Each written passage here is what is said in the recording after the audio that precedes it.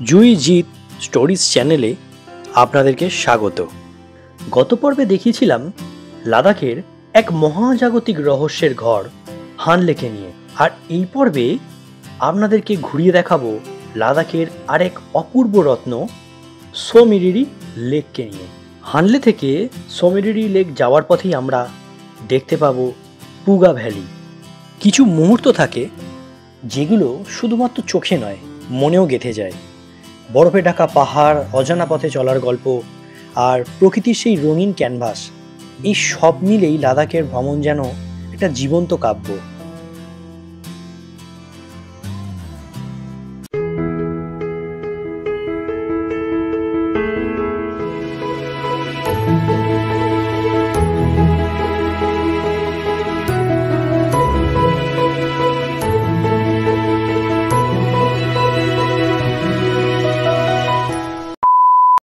আজকের ভ্রমণ শুরু করছি লাদাখের আকাশ ছোঁয়া হানলে থেকে।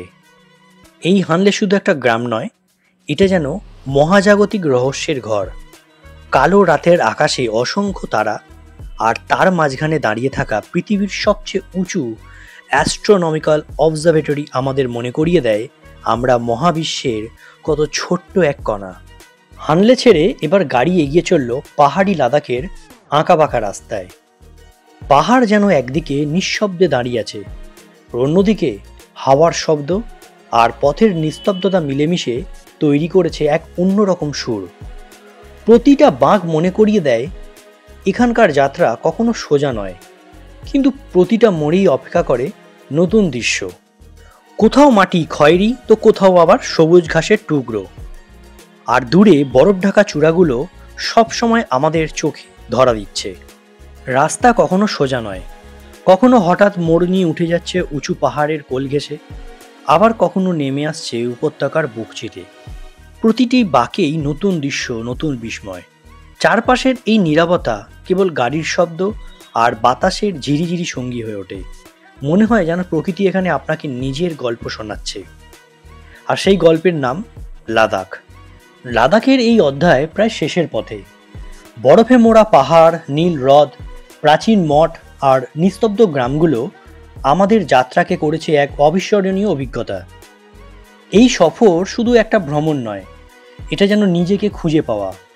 প্রতিটা বাঁক, প্রতিটা নদীর ধারে, প্রতিটা প্রার্থনার ঘণ্টার ধ্বনিতে আমরা যেন প্রকৃতির সাথে আরও একটু একটু করে মিশে গেছি। আগামী দিনে যারা লাদাখে আসবেন, একটা পরামর্শ রাখি: সমুদ্রপৃষ্ঠ থেকে এত উঁচুতে শরীরকে মানিয়ে নিতে জল বেশি করে খাবেন, ধীরে ধীরে হাঁটাচলা করবেন, আর প্রকৃতিকে যেমন আছে তেমনই গ্রহণ করবেন। প্লাস্টিক বা ময়লা ফেলবেন না, কারণ এই পাহাড় আর হ্রদ আমাদের নয়, আমরা শুধু অতিথি মাত্র। এবার পথে পড়বে পুগা ভ্যালি। এই জায়গায় ভূতাপীয় বিস্ময়ের জন্য বিখ্যাত। জমি থেকে বেরিয়ে আসছে গরম বাষ্প, আর মাটির ফাঁক দিয়ে উঠে আসছে খনিজের গন্ধ। তো এখন সোমিরিরি লেক যাওয়ার আগে আমরা এসেছি পুগাতে। এটা থাকে না, কিন্তু আমরা এক্সট্রা পেমেন্ট করে নিয়ে এসেছি, এক্সট্রা চার্জ লাগে, কিন্তু অসম্ভব সুন্দর লাগছে। এবং এটা কিন্তু একটা জিওথার্মাল এনার্জির প্ল্যান্ট। হ্যাঁ, তো চলো আগে আমরা দেখাই।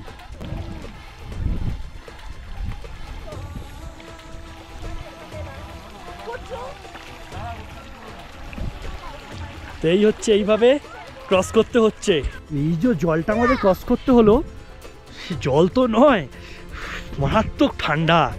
এই হচ্ছে এইরকম একটা জায়গা, আবার ক্রস করতে হবে। পানি পানি পানি পানি।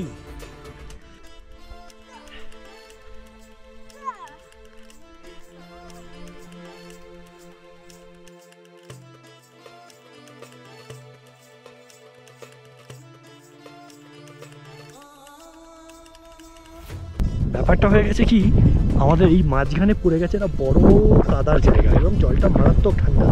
এটা ক্রস করে হচ্ছে ওই সামনে দেখা যাচ্ছে যে উষ্ণ প্রশমনটা, সেইখানে যেতে হবে। সমস্যাটা হয়ে গেছে এইটা ক্রস করাটা। এতক্ষণ ঠিক হয়েছিল, ওই যে আমাদের দূরে গাড়ি দাঁড়িয়ে রয়েছে, আমরা ওইখান থেকে এসছি এতটা, কিন্তু সমস্যা হয়ে গেছে যে এবার এইটা। মেন ব্যাপার হচ্ছে কাদা। এমনি জল হলে তার ক্রস করা যেত, কাদা মানে পা ধুতে হবে, এই একটা সমস্যা। অলমোস্ট কাদা পেরিয়ে খালি পায়, কাদা পায়, এই এই ক্রস করেছি কোনোভাবে। হ্যাঁ, ক্যামেরা সঙ্গে গ্রোপের সব কিছু নিয়ে সম্ভব নয়, শুধু তোমাদেরকে দেখাবো বলে এটা করছি। এই রিস্কটা নিয়েছি আমরা। একদমই। তো মারাত্মক কাদা, তুমি দেখলেই বুঝতে পারবে এতটা কাদা। তো আমরা ওই অবধি এইভাবে যাওয়া যায় না, কারণ মেন কথা যে পড়ে গেলে পুরো জামা কাপড় কাদা হয়ে যাবে। তো আমরা লাস্ট এই অবধি গেলাম, আর পাচ্ছি না, কারণ প্রচণ্ড কাদা, প্রায় হাঁটুর উপরে উঠে যাচ্ছে, আর মাটি এতটাই স্লিপারি। তো আমার হাতে যেহেতু ক্যামেরা রয়েছে, আমি রিস্ক নিচ্ছি না, আমি আর যাবো না, আমি এখান থেকেই দেখিয়ে দিয়েছি। আমরা এখানে পৌঁছতে না পারলেও আমাদের সহযাত্রীরা অনেকেই এখানে গেছিলেন, এবং তার মধ্যে পল্লবদার কাছ থেকে এটা আমরা পেয়েছি, তাই আপনাদেরকেও দেখার সুযোগ করে দিলাম। এখানকার জমি থেকে বেরিয়ে আসছে উষ্ণ বাষ্প, মাটির ফাঁক ফোকর দিয়ে উঠে আসছে গন্ধক আর খনিজের গন্ধ, যেন প্রকৃতি এখানে নিজের ল্যাবরেটরি বানিয়ে রেখেছে।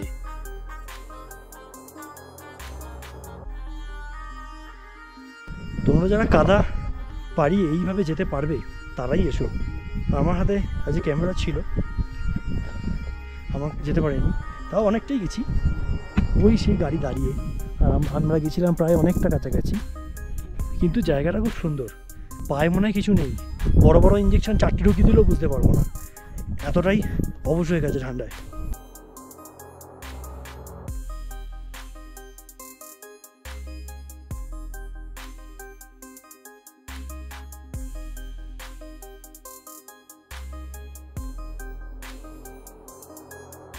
পুগা ভ্যালি দেখে এবার আমাদের গাড়ি চলতে থাকলো গন্তব্যের পথে। এবার সামনে অপেক্ষা করছে সোমিরিরি লেক, যার উচ্চতা সমুদ্র পৃষ্ঠ থেকে প্রায় 15,000 ফুট। তো আমাদের হচ্ছে লাঞ্চ এই ট্যুর প্যাকেজের মধ্যে ছিল না, ছিল ব্রেকফাস্ট আর ডিনার। তাই লাঞ্চের সময় যেহেতু আমরা বাইরেই ছিলাম প্রতিদিন গাড়ির মধ্যেই, তাই আমাদেরকে নামতে হচ্ছিল মাঝ রাস্তায় এরকম একটা রেস্টুরেন্ট, ধাবা। সবচেয়ে যেটা আমরা ম্যাক্সিমাম যেটা খেয়েছি সেটা হচ্ছে ম্যাগি, কারণ হয়তো 10 টাকার জিনিসটা 50 টাকায় বিক্রি হচ্ছে, কিন্তু ঠিকঠাক। আর না হলে আছে চাউমিন, ফ্রাইড রাইস, চিকেন। কোনো কোনো জায়গায় হয়তো এগুলো পাবেও না, হয়তো শুধু চাউমিন, শুধু ম্যাগি। তো ম্যাগিটা সব জায়গায় পাবে। ম্যাগিটা সেফও মনে হলো হ্যাঁ, বাকিগুলোর থেকে, কারণ বাকিগুলো যেভাবে ওরা রান্না করছে ভালো লাগলো না, হাইজেনিক মনে হলো না, সে কারণে ম্যাগিটা দেখলাম সেফ। একদমই তাই, এবং পেটের জন্য ভালো। তো ম্যাগিটা আমরা ম্যাক্সিমামই খেয়েছি, শুধু একদিন চাউমিন খেয়েছিলাম। তো এই হচ্ছে দুপুরের লাঞ্চে, যাদের লাঞ্চ থাকবে না তারা মাথায় রেখে দাও, মোটামুটি একটা ম্যাগি 50 টাকা পার হেড তুমি প্রতিদিন ধরে রাখতে পারো যদি ম্যাগি খাও। আর যদি চাউমিন ধরে রাখো তাহলে 150 টাকা ধরে রাখো, 180।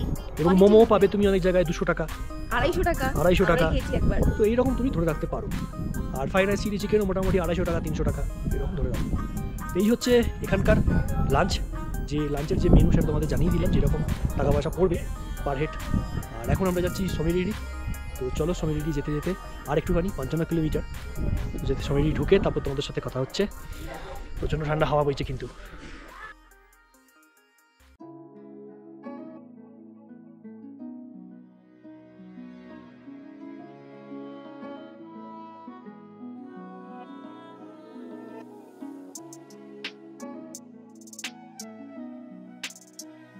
দূরের নীল হ্রদ দেখে আমরা প্রথমে ভেবেছিলাম যে এটাই হয়তো সোমিরিরি লেক, কিন্তু আসলে এটা ক্যাগা টিএসও।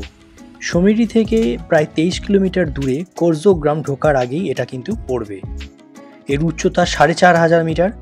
আকারে ছোট হলেও দারুণ সুন্দর এক হ্রদ, চারপাশে ন্যাড়া পাহাড় আর আকাশের প্রতিবিম্ব লেগে আছে জলের মধ্যে।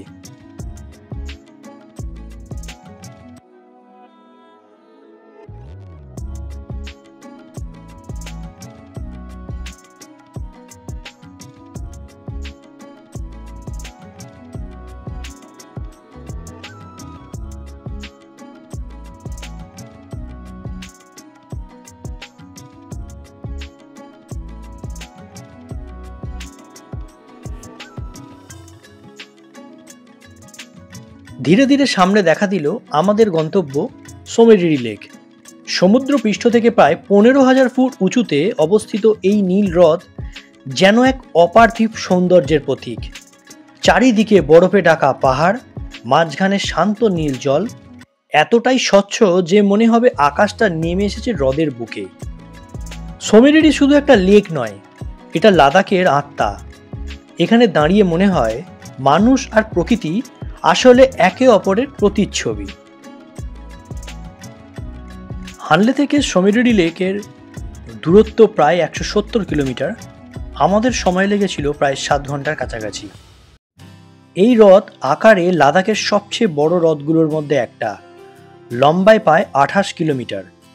চারিপাশে আছে কোরজুক গ্রাম, যেখানে তিব্বতী যাযাবর ছাংপা গোত্রের মানুষরা থাকে।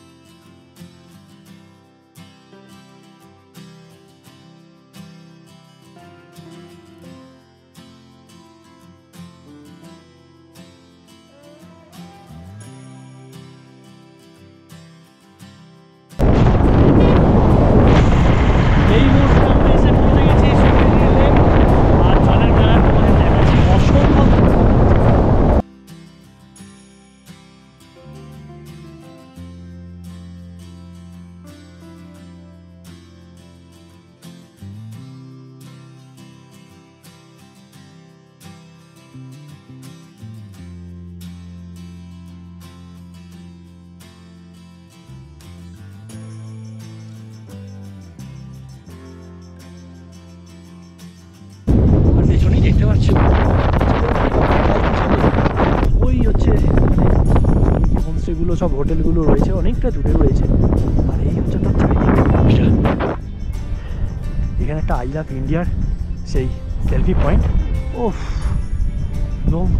দেখাচ্ছি চারিদিকটা। ব্যাংগং যেরকম 35% ইন্ডিয়া আর 65% চায়নায়, এটা কিন্তু পুরোপুরি ইন্ডিয়ার মধ্যে। মারাত্মক মারাত্মক ঠান্ডা হাওয়া। বন্ধ হয়ে গেছে কি সোমেরিতে এসে ওকে কম্পন রোগে ধরেছে।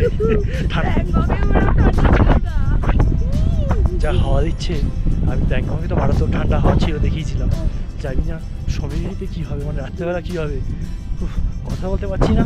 তার মধ্যে প্রচণ্ড হাওয়া, মানে হাওয়া বুঝতে পারছো কতটা, যে হাওয়ার আওয়াজটা তোমরা ফিল করতে পারছো।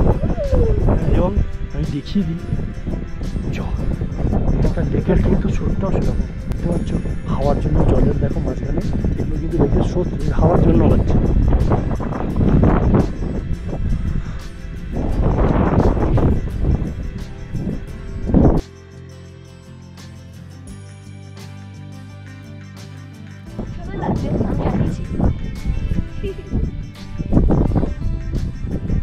দেখো পাথরের গায়ে কিন্তু এখানে লেখা রয়েছে, প্রত্যেকটা পাথরে এবার হাওয়াটা বুঝতে পারবে হাওয়ার।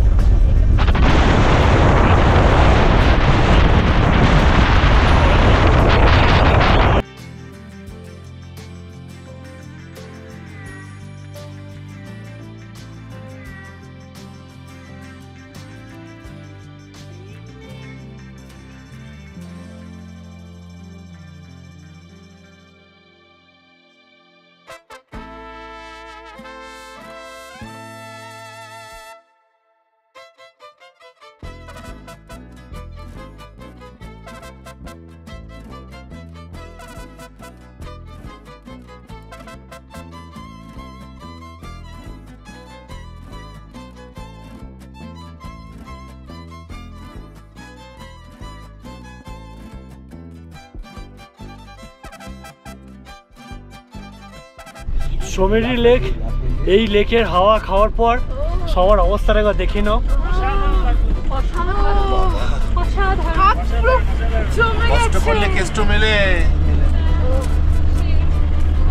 তো এখন আমরা যাচ্ছি হোটেলে।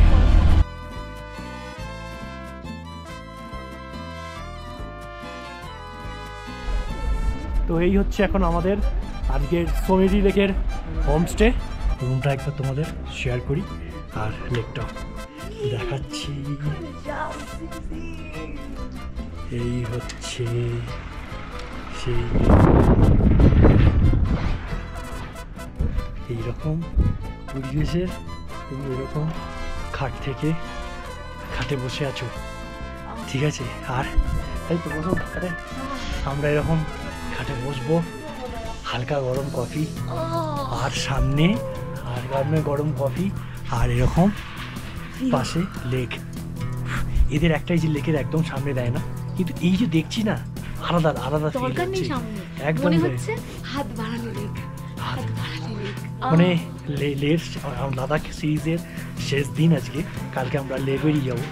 শেষ দিনটাই একদম উড়িয়ে দিয়েছে, বলে না কথা আছে, শেষ ভালো যার সব ভালো তার।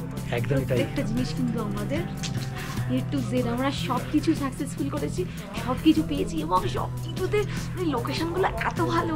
তুমি দেখো, তোমরা এই আমাদের খাট, এই দেখো, এই আমাদের খাট, এই খাট, এই খাট, আমরা এই বসে রয়েছি, আর এই আমি ঘোরাও ঘোরাও, এদিকে ঘোরাও, এদিকে ঘোরাও, এই আমি হাত বাড়াচ্ছি।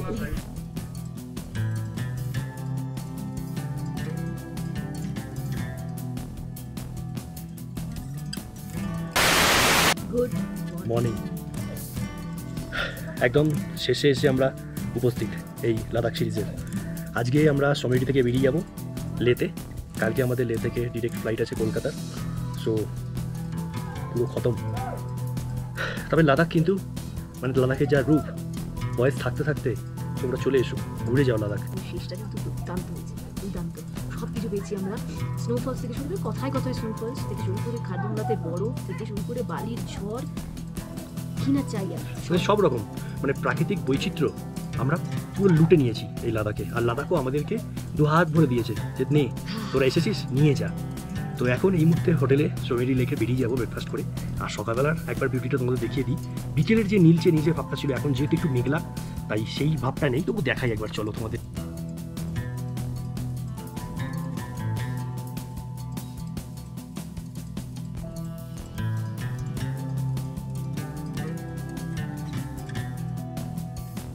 আজকে লে ঢোকার আগে 2-3টে আমাদের সাইট সিন রয়েছে, সেগুলো তোমাদের সাথে শেয়ার করব, দিয়ে তারপরে আমরা সোজা লের হোটেলে পৌঁছবো। আপাতত ব্রেকফাস্ট করে আমরা গাড়িতে উঠে কথা হচ্ছে। এই ভূমি প্রতিটা ভ্রমণকারীর মনে নতুন গল্প লিখে দেয়। তাই লাদাখের গল্প এখানেই শেষ নয়। লাদাখের শেষ দিনটা আমরা সোমেরি লেক থেকে বেরিয়ে কি সাইট সিন করিয়েছিলাম সবটাই আমরা তুলে ধরব পরবর্তী ব্লগে। তাই আজকের মতো এখানেই শেষ করছি। ভালো থাকুন, দেখতে থাকুন, ফিরবো লাদাখের শেষ পর্ব নিয়ে।